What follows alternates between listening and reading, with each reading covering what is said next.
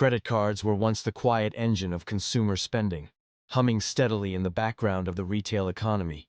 For years, rising balances weren't seen as a warning sign, but as proof that consumers were confident and willing to spend. Now, that engine is sputtering. As higher credit card delinquencies spread across the U.S. in 2026, both retailers and lenders are being forced to rethink long-standing strategies that once felt untouchable. Credit card delinquencies rise when consumers fall behind on payments, and the recent increase isn't happening in isolation. It's the result of years of accumulated pressure.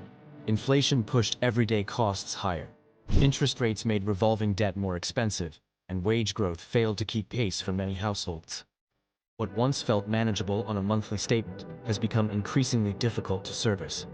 For lenders, this shift has changed risk calculations almost overnight. Banks and card issuers are no longer treating consumer credit as a broadly safe bet. Instead, they're slicing their customer base into narrower risk categories. Credit limits are being reduced for certain borrowers, emotional balance transfer offers are shrinking, and approval standards are tightening, even for consumers who previously would have qualified easily. Interest rates on credit cards were already high, but delinquencies are pushing them higher still for many users. Variable APRs have climbed, penalty rates are triggered more quickly, and late fees are becoming a more significant revenue line for issuers. At the same time, lenders are walking a fine line. Push too hard, and defaults rise. Pull back too much, and spending slows across the economy. Retailers are feeling the impact just as strongly. A large share of retail sales depends on consumer credit, whether through traditional credit cards, store-branded cards, or short-term installment plans. As delinquencies rise, retailers can no longer assume that credit-fueled demand will remain stable. One major change is happening behind the scenes in checkout systems. Retailers are adjusting how and when credit options are presented to customers. Some are limiting high-risk financing offers, while others are nudging shoppers toward debit, cash, or lower-risk payment methods. The goal is to reduce transaction failures and chargebacks while still preserving conversion rates. Store-branded credit cards are undergoing a quiet reset. These cards were once aggressively marketed, offering easy approvals and generous rewards to drive loyalty and repeat purchases. Now, issuers and retailers are reassessing who should qualify. Credit limits are smaller, sign-up bonuses are less flashy, and underwriting is more conservative.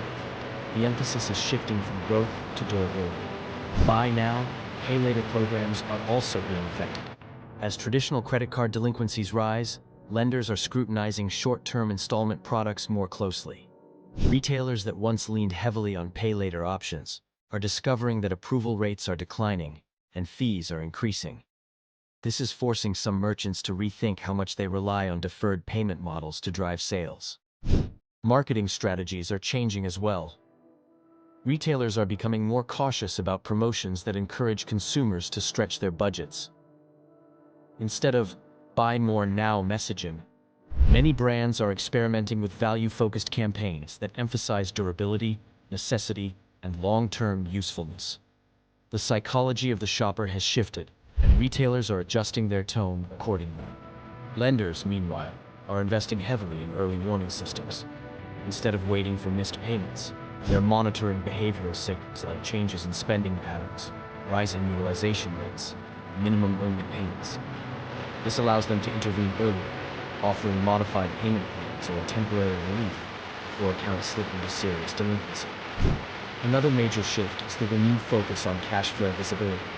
Both lenders and retailers want clear, real-time insight into consumer financial health. This has led to increased use of data partnerships, alternative credit metrics, and more frequent account reviews. The era of set-it-and-forget-it credit limits is fading fast.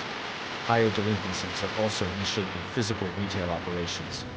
Retailers are trimming inventory risk, reducing over-reliance on impulse purchases, and aligning product assortments with what consumers can realistically afford.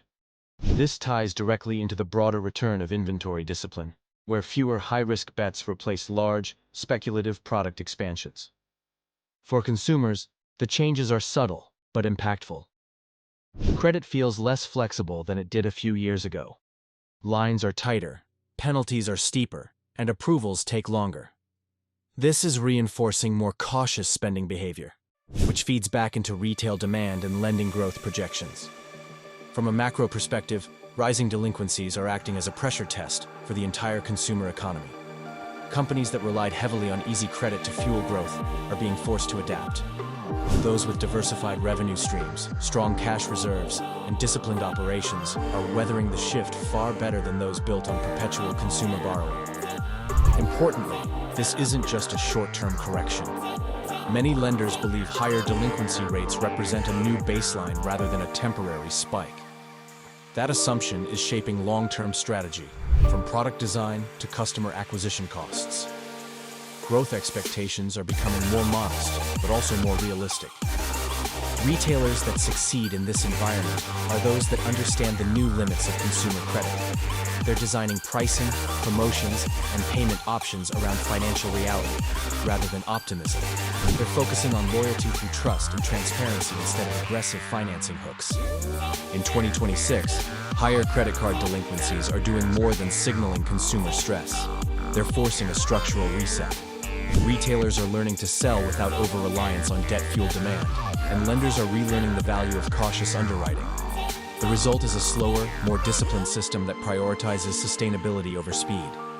The age of unlimited credit-driven growth is fading. In its place, a more measured approach is emerging, one where both retailers and lenders must operate with sharper awareness of risk, resilience, and the real financial capacity of the American consumer.